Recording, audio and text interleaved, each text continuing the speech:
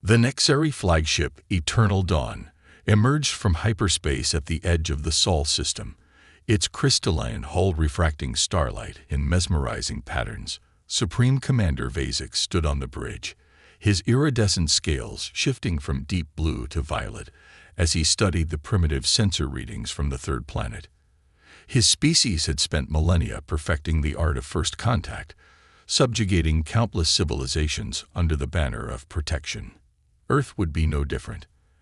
Analysis of their global communications network complete, Supreme Commander, reported Science Officer Nixus, her tentacular sensor arrays pulsing with data. Their most advanced military vessels still rely on chemical propulsion. No sign of quantum computing, zero-point energy, or even basic gravitic drives. Vazix's secondary breathing chambers expanded with amusement. Another species trapped in their cradle, ripe for integration into our benevolent empire. He turned to his communications officer. Prepare the standard first contact package. Let's show them how generous we can be to primitive species.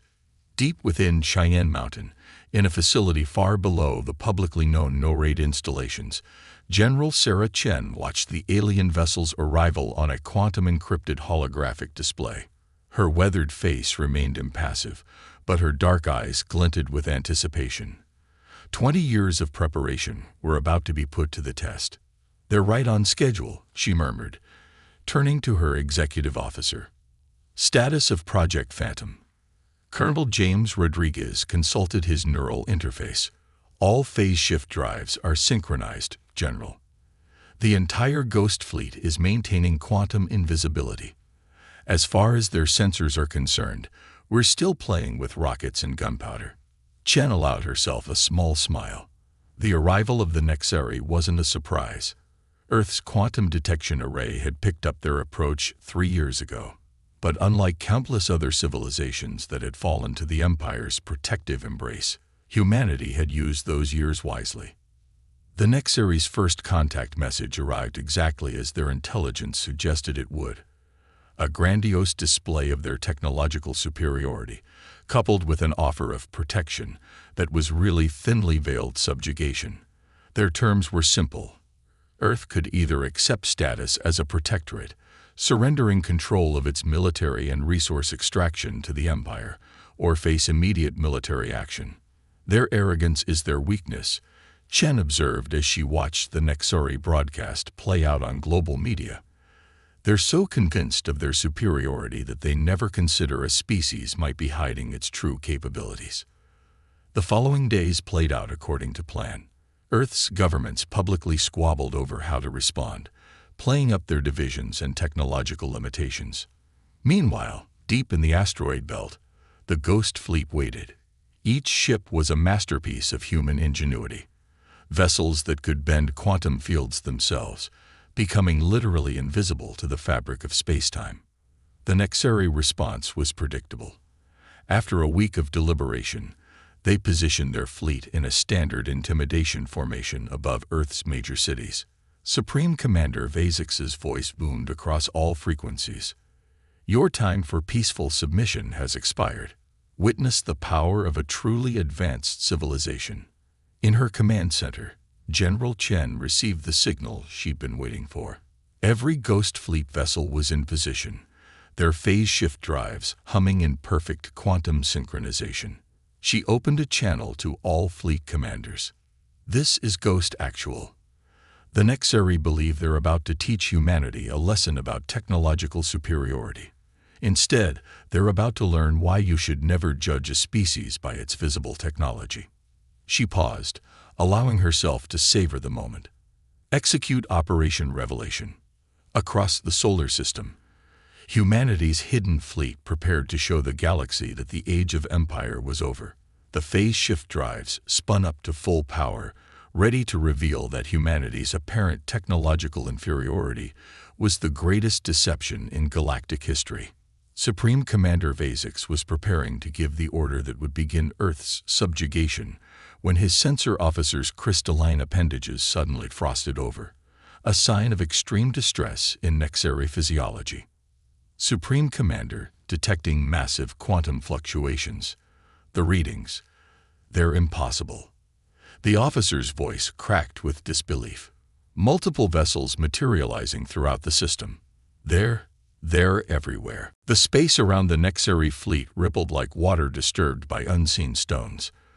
Massive warships seemed to grow out of nothing, their hulls covered in geometric patterns that defied conventional physics. Each vessel was a perfect synthesis of form and function, their very existence challenging everything the Nexari thought they knew about technological advancement.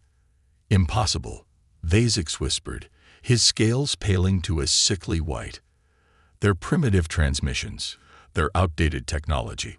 It was all a deception, came a calm voice over all Nexari frequencies.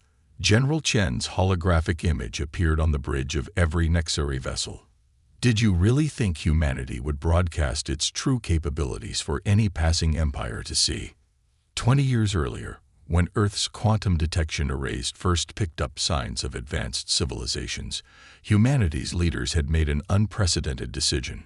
Instead of racing to catch up with alien technology, they would take a different path. While maintaining a facade of normal technological progression, the world's greatest minds were secretly united in a hidden program that would leapfrog conventional development entirely. The Ghost Fleet was the result. Ships that didn't just hide from sensors, but became quantum impossibilities. Vessels that could manipulate the fundamental forces of reality. Each ship was powered by a phase shift drive that could selectively decide which parts of reality it wished to interact with. The primitive chemical rockets you've been monitoring. Decoys, Chen continued, her hologram walking across the Nexari bridge as if she were physically present. The outdated satellites. Window dressing. While you watched our apparent struggles with basic spaceflight, we were perfecting technologies your empire hasn't even theorized yet. Around the solar system, more Ghost Fleet vessels revealed themselves. Some emerged from within giant atmospheres where they'd been hiding. Others simply phased into existence as they synchronized their quantum states with normal space.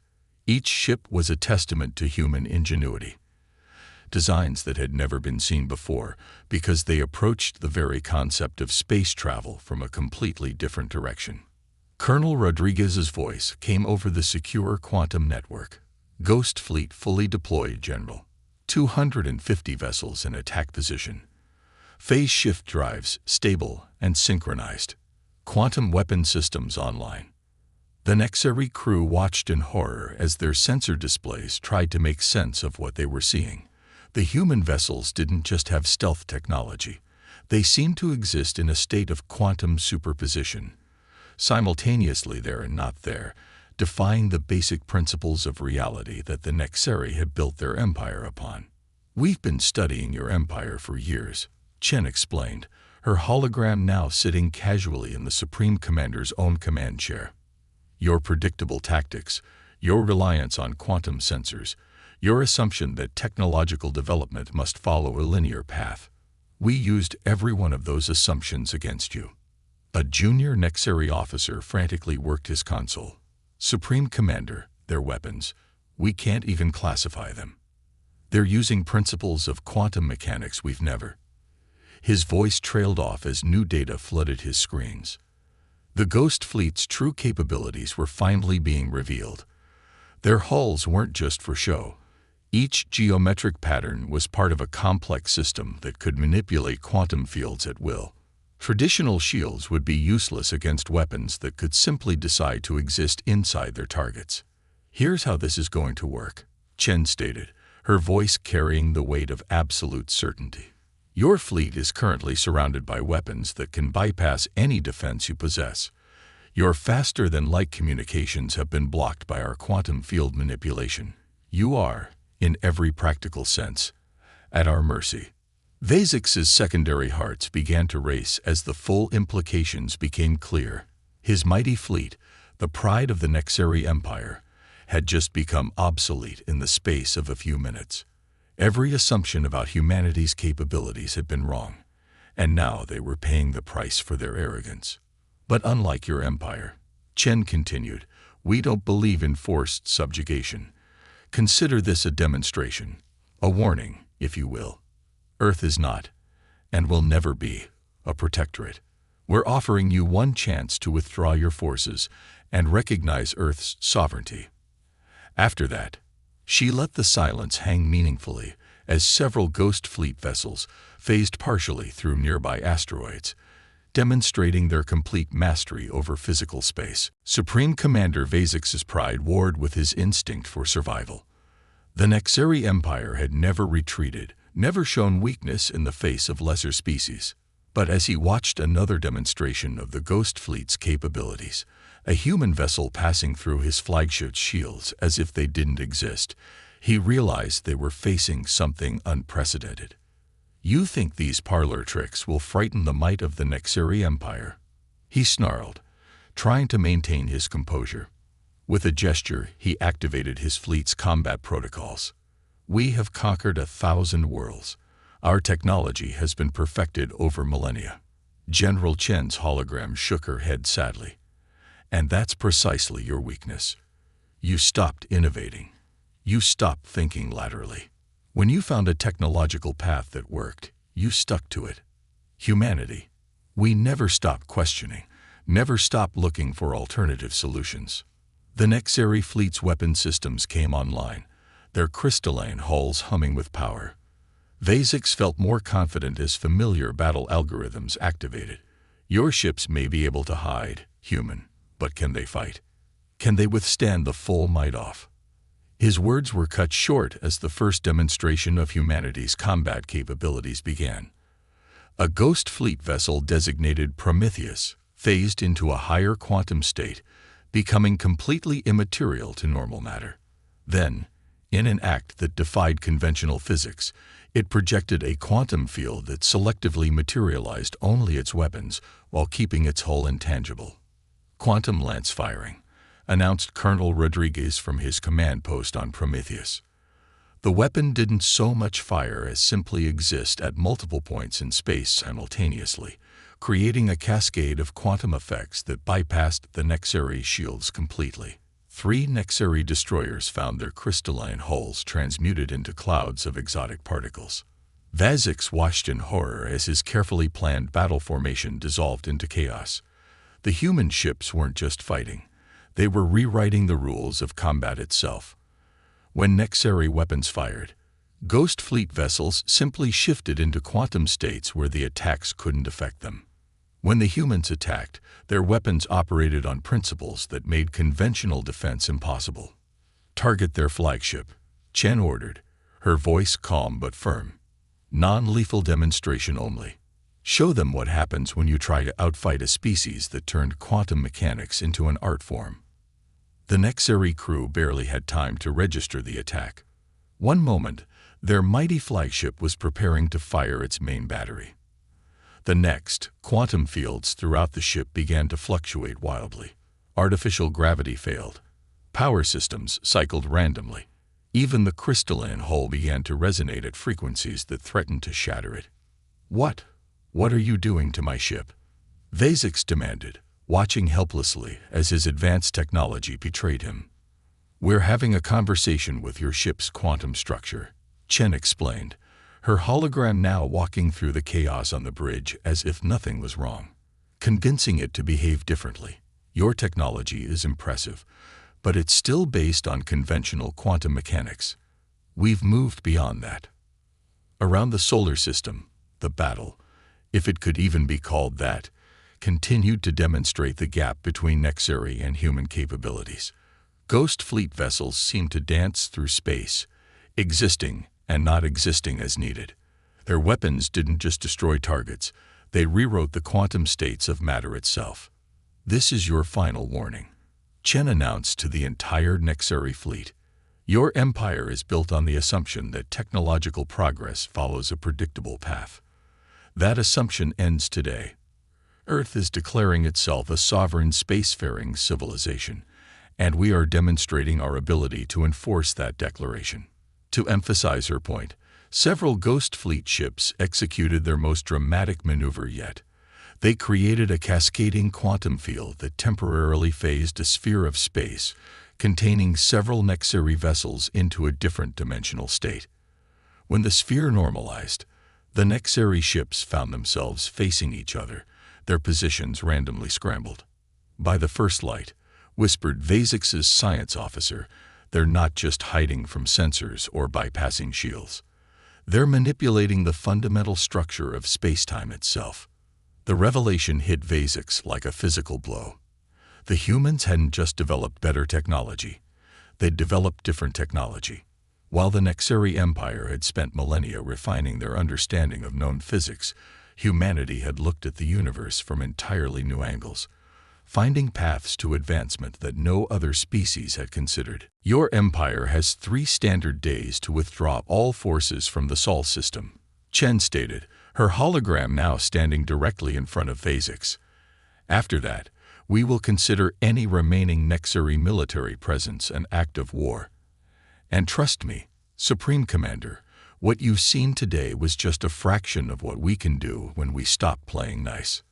Supreme Commander Vasix had made a fatal miscalculation. Instead of withdrawing his forces as demanded, he had spent the 3-day grace period transmitting encrypted quantum signals to the nearest Nexari reserve fleet. He believed that with reinforcements, he could still overwhelm the humans through sheer numbers, despite their technological superiority. He didn't realize that his encrypted transmissions had been intercepted, decoded, and analyzed before they even left the solar system. "They're really going to make us do this the hard way," General Chen sighed, studying the tactical display showing the approaching Nexari reinforcements. "Colonel Rodriguez, initiate Operation Checkmate." The Ghost Fleet's response was unlike anything in military history. Instead of meeting the Nexari fleet in conventional battle, human ships began appearing and disappearing throughout the enemy formation, creating patterns of quantum disruption that seemed random at first, but were actually carefully orchestrated. "Target their command and control systems first," Chen ordered. "Let's show them what happens when you try to outmaneuver a species that turns strategic thinking into a science." The Nexari pride in their military precision became their undoing. Their rigid command structure, perfected over thousands of years, had never faced an enemy that could literally exist between moments of time. Ghost Fleet vessels would materialize, execute precisely calculated strikes, and vanish before the Nexari combat computers could even register their presence. "Sir," a Nexari communications officer called out in panic, "we've lost contact with the entire 3rd battle group. Our quantum links are being redirected somehow." Vasix watched in growing horror as his carefully coordinated fleet began to fragment. The humans weren't just attacking ships, they were attacking the very fabric of Nexari military doctrine. Every backup system, every contingency protocol, every emergency procedure found itself countered by humans who had studied and prepared for this moment for years.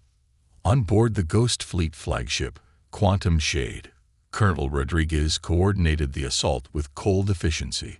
Phase 2 initiated, deploying quantum network isolators. Specialized Ghost Fleet vessels moved into position, creating overlapping fields of quantum disruption. Within these fields, Nexari ships found themselves cut off not just from communication, but from the very quantum entanglement processes their technology relied upon. Advanced weapons became useless. Sophisticated shields failed. Even their artificial gravity generators fluctuated wildly. "Did you think we spent the last 20 years just developing stealth technology?" Chen's hologram appeared again on the Nexari flagship's bridge, but this time her tone was harder, carrying the weight of humanity's resolved purpose.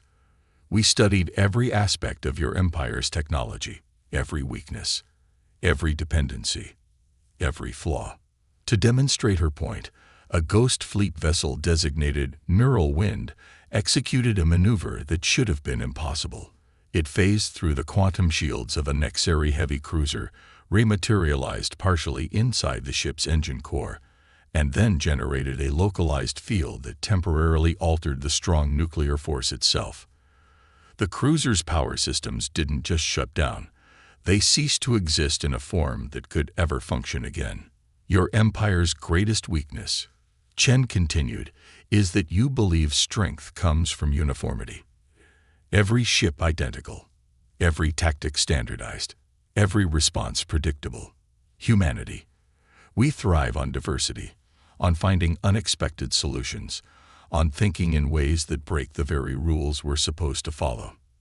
The necessary reinforcements arrived exactly when Vazix's calculations predicted, but they arrived to find themselves already surrounded by ghost fleet vessels that had been waiting in higher quantum states, invisible not just to sensors, but to reality itself.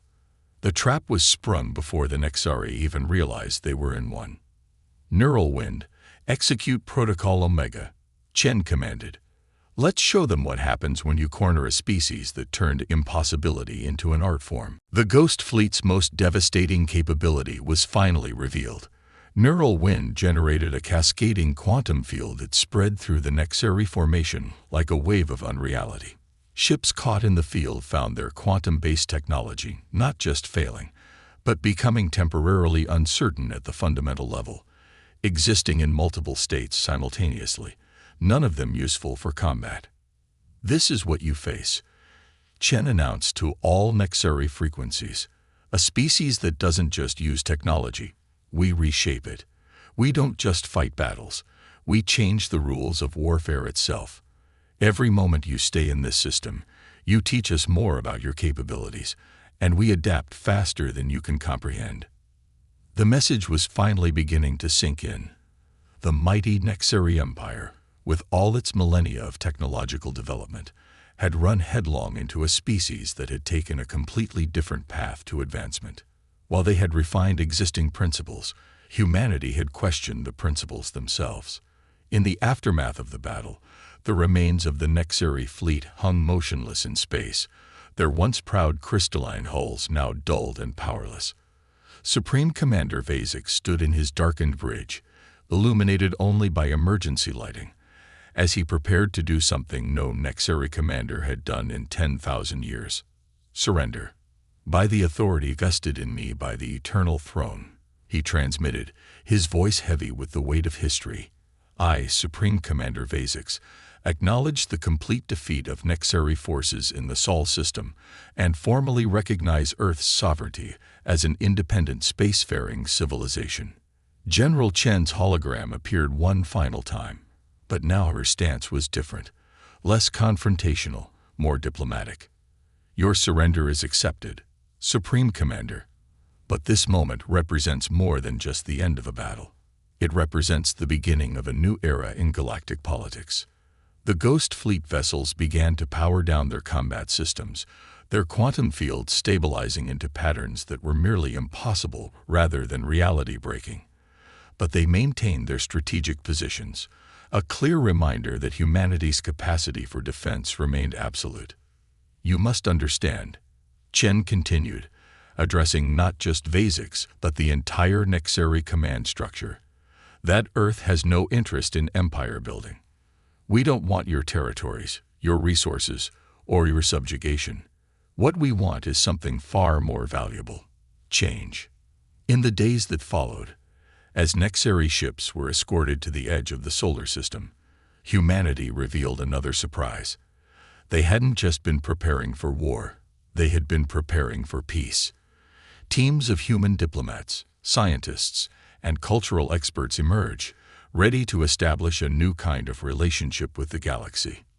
Your empire's fundamental mistake, Chen explained during the formal peace negotiations, wasn't your technology or even your military doctrine. It was your assumption that progress must follow a single path, that advanced civilizations must think and act like you do. The implications of humanity's technological leap were sending shockwaves through the galaxy. Other species under Nexari protection began to question the Empire's authority.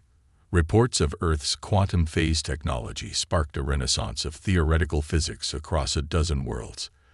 The age of unified technological development was over.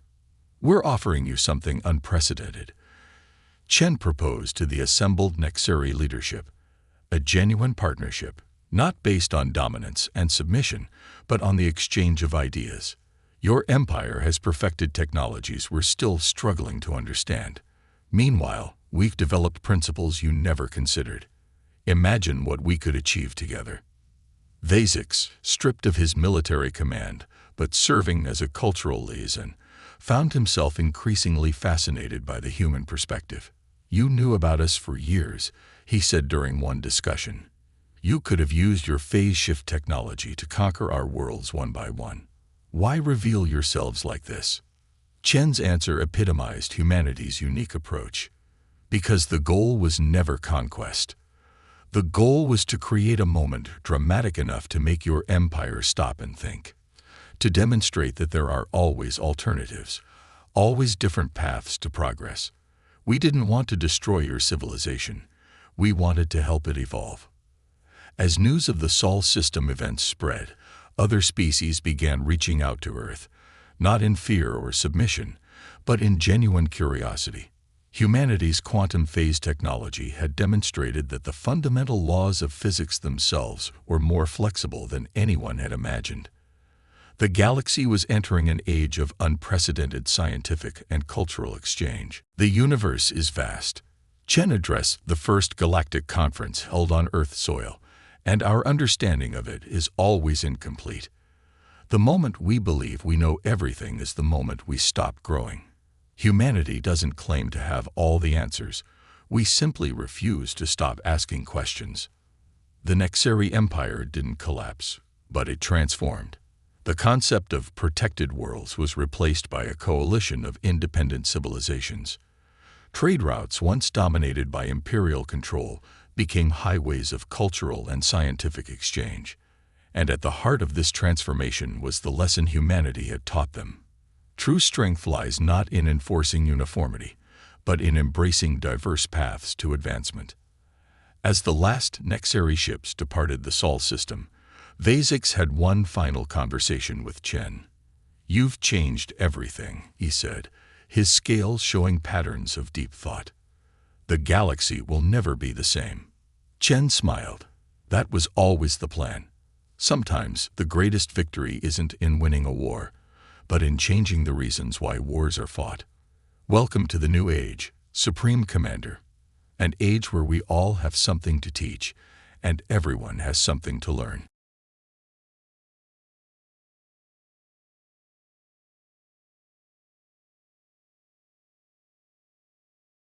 The Ghost Ship. First Scout Zarevek had always prided herself on maintaining composure, even in the most unusual circumstances. But as she studied the sensor readings from the derelict vessel hanging in the void before her scout ship, her primary heart skipped a beat while her secondary went into overdrive. "Central, please confirm these readings," she subvocalized through her neural link. "I'm showing energy signatures that don't match any known configuration."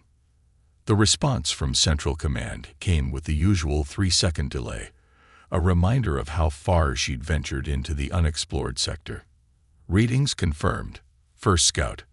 Preliminary analysis suggests human origin, though the design appears crude. Zarevek's sensor tendrils twitched. Humans, the galaxy's newest spacefaring species, barely 2 centuries into their expansion. Their rapid colonization had caused quite a stir in the galactic consortium, but most dismissed them as primitive upstarts. Yet something about this ship made her scales itch. Permission to approach for detailed scanning. Granted. Maintain safety protocols. Preliminary data suggests the vessel is abandoned. No life signs, minimal power readings. Probably another failed human attempt at deep space exploration. The scout ship glided closer to the massive hull. Despite Central's dismissive tone, Zarevek couldn't shake her unease. The vessel before her defied conventional design philosophy. Where consortium ships were sleek and elegant, this human craft was angular, almost geometric, its hull pockmarked with what appeared to be deliberate imperfections. "Strange," she muttered, directing her scanners toward one of the irregular patches. "These surface anomalies. They're not damage. They're some kind of..." Her voice trailed off as her instruments suddenly flickered. First Scout. Please repeat last transmission. Sorry, Central. Experiencing minor instrument fluctuations, possibly residual radiation from the human vessel's primitive shielding. She adjusted her sensors, trying to compensate, The hull appears to be composed of layered materials, but our scanners can't seem to penetrate beyond the outer shell. A new voice cut into the channel. Administrator Velthok, her immediate superior. First Scout, our analysis team suggests those are simply design flaws. Human manufacturing is notoriously inconsistent. Focus your attention on signs of recent activity. We need to know why they abandoned such a large vessel. Zaravek began a standard search pattern, but something kept nagging at her consciousness. The ship was too perfect in its imperfection. Each supposedly crude feature seemed deliberately placed. She'd studied enough predatory species to recognize camouflage when she saw it. Central, requesting permission to deploy microprobes for closer surface analysis. Denied. Administrator Velthok responded immediately. Unnecessary risk of contamination. This is clearly abandoned human technology. Primitive, like everything else they. A pulse of energy so subtle her instruments barely registered it rippled across the human ship's hull. Zaravek's sensor tendrils went rigid. Central, did you? Probably just discharge from their inefficient power systems, Velthok interrupted. Really, First Scout, your overcautiousness with primitive technology is. With respect. Administrator, Zaravek cut in. Breaking protocol. I've studied every known species' technological progression. This ship, something's wrong. These aren't design flaws. They're too regular, too patterned. And these energy signatures, they were not random discharge. They're pulses, like a heartbeat. Silence filled the channel for several seconds. When Velthok spoke again, his tone had shifted from dismissive to condescending.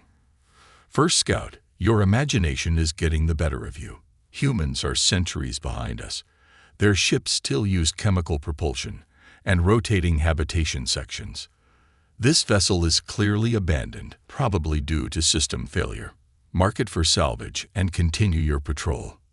Zaravek began composing her protest, but movement caught her eye. One of the hull's imperfections had shifted slightly, like scales adjusting on a sleeping predator. Her instruments showed nothing, but she trusted her evolved senses. Central, I'm detecting possible structural changes. Requesting immediate. The channel erupted with urgent signals. Not from Central, but from her ship's proximity alerts. More vessels were appearing, dozens of them, emerging from what her sensors insisted was empty space. Each bore the same geometric patterns, the same deliberate flaws as the first. Central, her professional calm finally cracked. Multiple contacts. Reading 30. No, 40 similar vessels. There, the first ship's hull shifted again, panels sliding aside to reveal structures her sensors still couldn't properly analyze. A voice filled her communication system, speaking perfect consortium standard. Greetings, First Scout Zaravek. Thank you for your thorough analysis. You were correct. There's nothing primitive about our technology. Your superior's dismissal of our capabilities was precisely what we anticipated. Zaravek's tendrils went numb as the implications hit her. The humans hadn't abandoned these ships. They'd deployed them. Every flaw was deliberate. Every primitive feature was camouflage. And her civilization's arrogance had blinded them to this truth until it was too late. This is Captain Sarah Chen of the Earth Defense Force vessel Quietus, the human voice continued, still perfectly calm. Please notify your central command that their space-time corridor into the Orion Spur is now under our control. We've been watching your expansion for some time, and we'd like to discuss your civilization's habit of appropriating other species' territories. As Zaravek stared at her displays, more ships appeared, their geometric patterns shifting like living things. She realized with sudden clarity that she wasn't looking at primitive human vessels. She was looking at the most advanced fleet she'd ever encountered, one that had hidden in plain sight, allowing themselves to be underestimated until the perfect moment. Don't worry, Captain Chen added, and Zaravek could hear the smile in her voice. We're not barbarians. We just believe it's time for a serious discussion about galactic citizenship and mutual respect. Your Central Command has 1 hour to respond. We look forward to their reply." As Zarevek transmitted the message to her increasingly panicked superiors, she couldn't help but admire the elegance of the human strategy. They had turned the consortium's own arrogance into a weapon, crafting the perfect trap from their enemy's prejudice. The game of galactic politics was about to change dramatically, and humanity had just revealed they'd been grandmasters all along, patiently waiting for the right moment to show their true strength. Whispers in the void. Administrator Velithok paced the length of the Central Command's analysis chamber, his footsteps echoing off walls covered in holographic displays of the human fleet. 26 hours had passed since First Scout Zarevek's encounter, and each new piece of data made him more unsettled. "Impossible," he muttered, studying the latest sensor readings. "Their energy signatures don't make sense. It's as if the ships are breathing." Senior Analyst Krentel, hunched over her workstation, manipulated a three-dimensional model of the human vessel designated Quietus. "Sir, you need to see this. We finally managed to penetrate the outer layer of their hull structure." The hologram expanded, revealing layers upon layers of interwoven materials. But unlike conventional ship architecture, these layers seemed to shift and flow, more like living tissue than metal and composites. "What are we looking at?" Velithok demanded. "We're not entirely sure," Krental admitted. "The materials appear to be some kind of quantum-entangled mesh. It's simultaneously solid and fluid, allowing the ship to—" "Well, watch this." She inputted a command, and the hologram showed recorded footage of one of the human vessels responding to a probe's scanning beam. The ship's hull didn't just deflect the scan. It absorbed it, adapted to it, and began generating a counter-frequency that rendered it virtually invisible to that specific scanning method. "They're learning," Krental said quietly. "Each scan we perform, each probe we send, they analyze it, adapt to it, and become harder to detect. It's like trying to study a predator that evolves every time you observe it." Velithok's secondary heart was racing. How? Their civilization is barely out of its infancy. 2 centuries ago, they were still burning fossil fuels. "Sir," a junior analyst called out, "we're detecting changes in the fleet's formation." Sir, they're moving, but our gravimetric sensors aren't picking up any engine signatures." The main display showed the human ships sliding into new positions with impossible grace. No visible propulsion, no energy readings, just smooth, deliberate movement through space. "Incoming transmission," the communications officer announced. "It's Captain Chen again." The human captain's voice filled the chamber, carrying the same calm authority as before. "Administrator Velithok, I understand you're quite interested in our technology. Your probes have been very thorough." Velithok straightened his posture, though the human couldn't see him.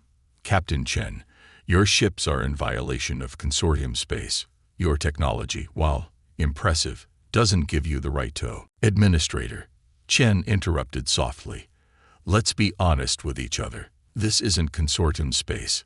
It never was.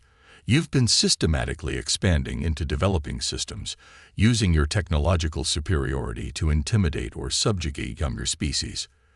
We've watched this pattern repeat 57 times in the past century alone." The chamber fell silent. Even the analysts stopped working, all eyes on the main display where a simple audio wavelength represented the human captain's voice. "What you're seeing," Chen continued, "is only a small fraction of what we've developed. While your civilization focused on perfecting existing technologies, we took a different approach. We asked different questions. Why build better engines when you can manipulate space itself? Why improve armor when you can make matter phase shift? Why develop bigger weapons when you can turn an enemy's own technology against them?" As if to emphasize her point, 3 of the human ships suddenly vanished from their sensors completely, only to reappear at different positions. The movement defied every known law of physics. "Impossible," Velithok whispered again. "No, Administrator, just different. We learned early in our history that appearing weak can be the greatest strength. Every time your probes scanned our colonies, noting our primitive rotating habitats and chemical rockets, we were watching, learning, understanding. Your civilization's greatest weakness is your certainty that you're the most advanced species in the galaxy. Krentel's console suddenly lit up with alerts. Sir, the quantum mesh, it's not just their hull technology. I'm detecting similar patterns in their communication signals, their sensor arrays, even their weapon systems. Everything about their ships is interconnected in ways we've never. She trailed off as her console went dark, along with every other screen in the chamber. When they reactivated, each displayed the same message in perfect consortium script. The question isn't how we developed this technology so quickly. The question is, what else have we developed while you weren't looking? The displays returned to normal, but Velthok barely noticed. His mind was racing through implications, possibilities, threats. If the humans had concealed this level of technological advancement, what else were they hiding? We're not here to threaten you. Chen's voice returned, gentler now. We're here to prevent you from threatening others. In 12 hours, we'll begin broadcasting evidence of consortium expansion tactics to every spacefaring civilization in this sector. After that, we'll open diplomatic channels to discuss a new framework for galactic relations, one based on mutual respect rather than technological intimidation. The transmission ended, leaving the chamber in stunned silence. Velthok stared at the holographic fleet, finally understanding. The humans hadn't just outmaneuvered them technologically. They'd fundamentally changed the rules of the game. Every assumption about technological progression, about military doctrine, about the very nature of spacefaring civilization would need to be reevaluated. And somewhere out there, Captain Chen and her fleet of impossible ships were waiting, their quantum mesh hulls shifting like scales in the starlight, watching to see what the consortium would do next. As Velthok ordered yet another analysis of the human ships, he couldn't shake the feeling that they were still only seeing what humanity wanted them to see. The true extent of their capabilities might never be known, and that, he realized, was probably exactly what they intended. The Web Titans, Grand Admiral Xentil of the Consortium Defense Force, stood before the High Council, his ceremonial armor doing little to hide his agitation. The Council Chamber's ancient holographic systems displayed tactical readouts of the human fleet, though the images kept shifting and blurring as if refusing to be analyzed. Honorable Council, he began, we've deployed our entire 7th Fleet to contain the situation. 12,000 ships, our most advanced vessels, armed with. We're not interested in numbers, Admiral, High Counselor Vax interrupted. Her crystalline form caught the chamber's light, sending rainbow patterns across the walls. We want to know how a species we dismissed as primitive has managed to outmaneuver us so completely. Before Xentil could respond, the chamber's displays flickered. Every council member tensed. They'd all read the reports about human technological infiltration. But instead of another message from Captain Chen, the screen showed a new vessel emerging from quantum space. The ship was massive, easily dwarfing the Quietus. Unknown vessel detected. The chamber's AI announced. Configuration matches human design principles. Energy readings are error. Unable to quantify. The new ship's hull rippled like liquid metal, its geometric patterns more complex than anything they'd seen before. As they watched, smaller vessels began emerging from quantum space around it, each one larger than the Quietus. By the first light, someone whispered. A new voice filled the chamber, not Captain Chen this time, but deeper, carrying an authority that made even the High Council straighten in their seats.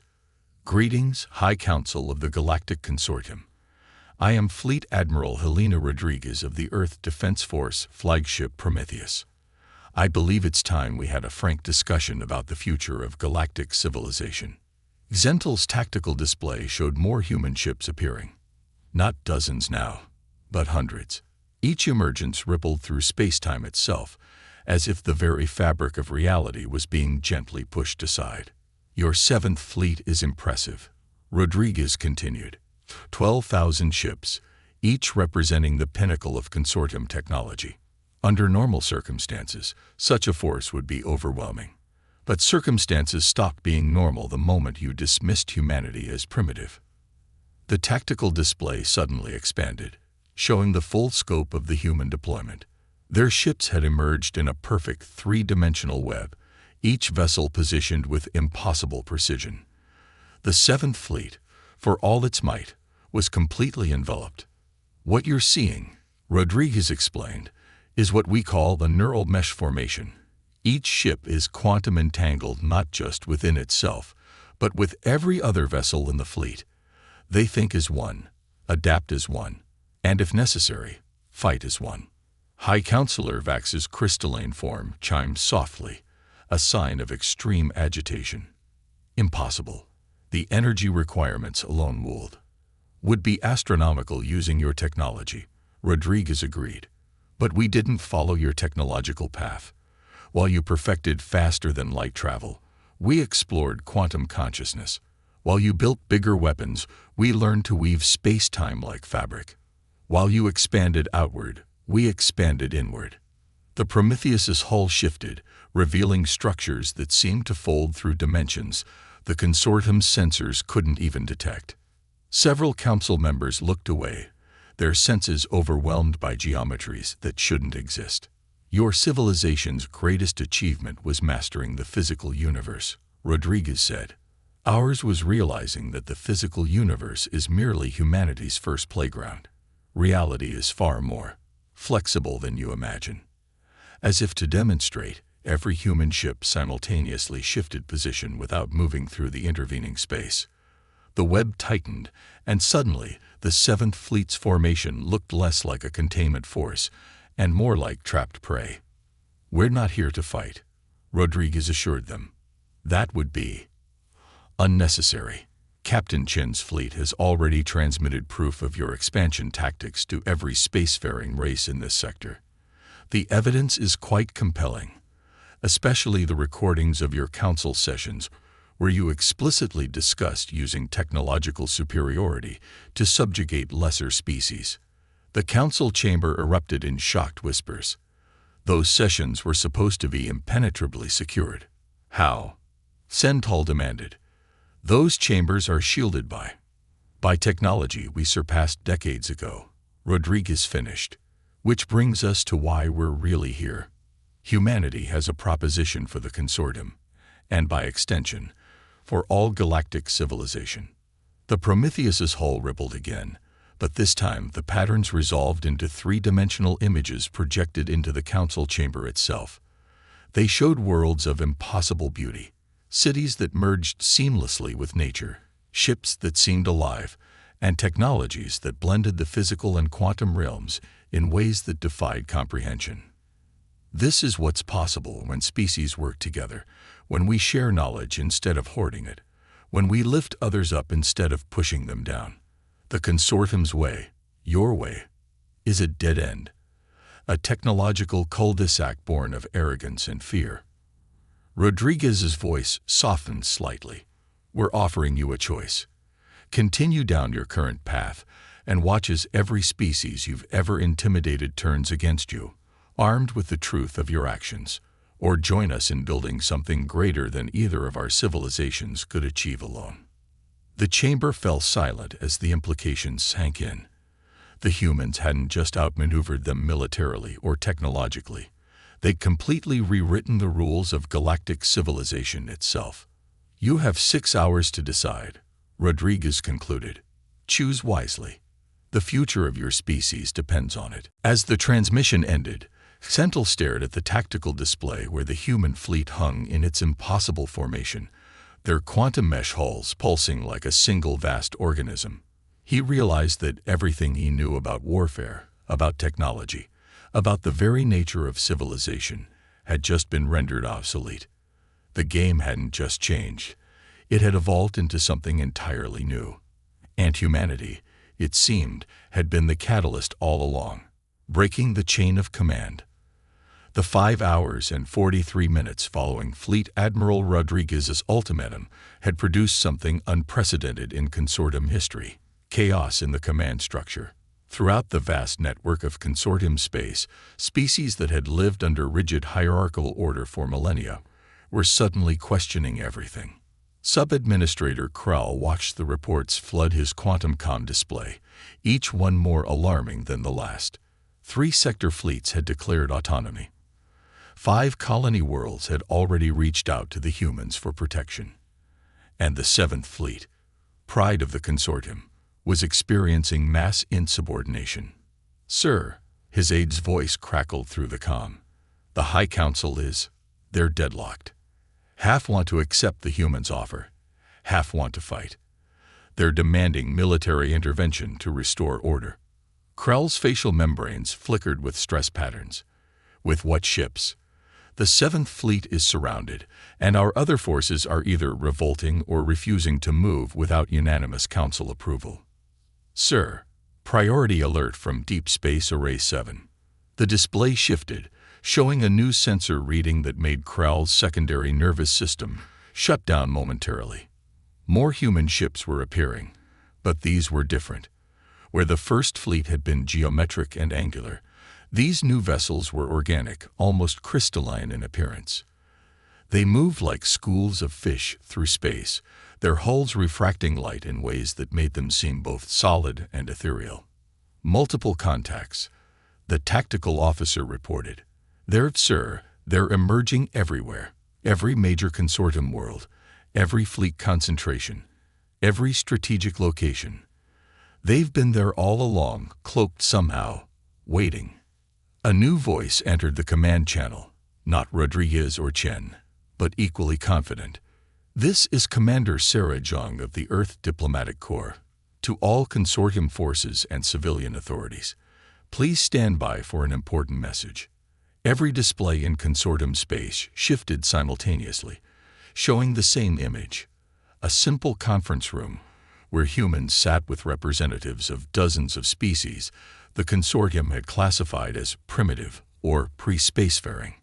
"What you're seeing," Zhang continued, "is footage from 6 months ago, when these species, your supposed inferiors, joined the Human Federation as full partners. Their knowledge, their unique perspectives, their different approaches to science and technology, all of it proved invaluable. Together, we've achieved things none of us could have managed alone." The footage showed remarkable technologies: ships grown rather than built, weapons that manipulated probability itself, communication systems that operated through dreams. Each innovation bore the marks of multiple species' influence, creating something entirely new. "Your civilization's fundamental mistake," Zhang explained, "wasn't your aggression or your ambition.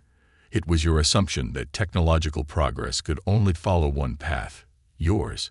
But the universe is vast, and there are countless ways to understand it."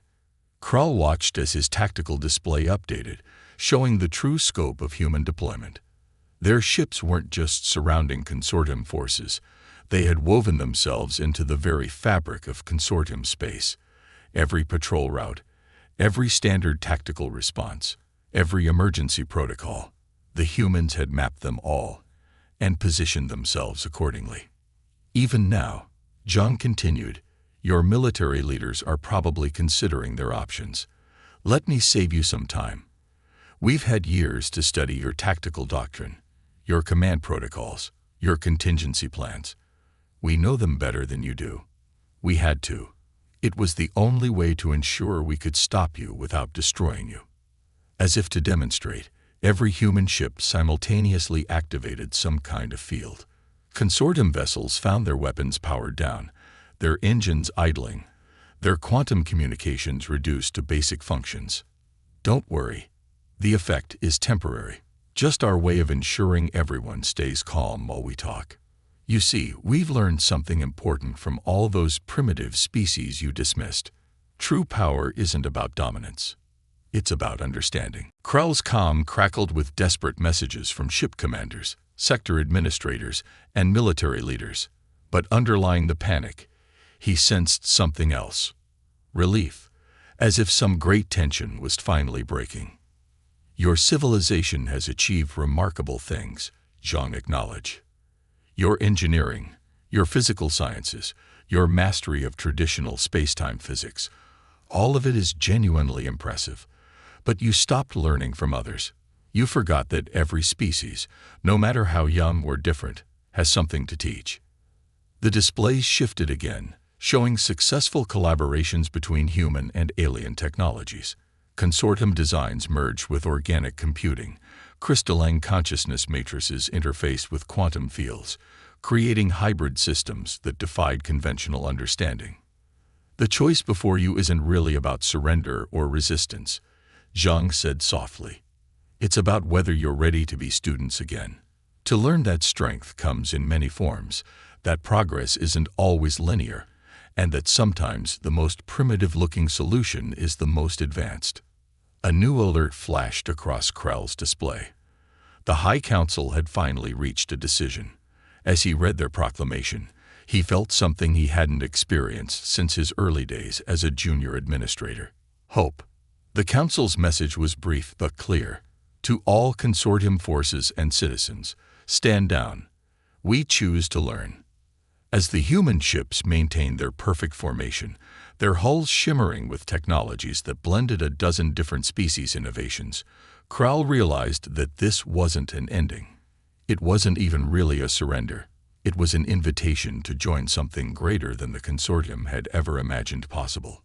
And somewhere out there, humanity's vast fleet hung in space like a neural network made manifest, each ship a neuron in a vast, collective intelligence that had orchestrated not just a military victory, but a fundamental transformation in galactic civilization.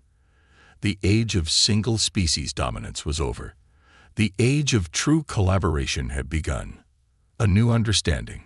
3 months after the consortium's surrender, First Scout Zaravek stood in the observation dome of the human flagship Prometheus, watching ships from 100 different species weave intricate patterns through space.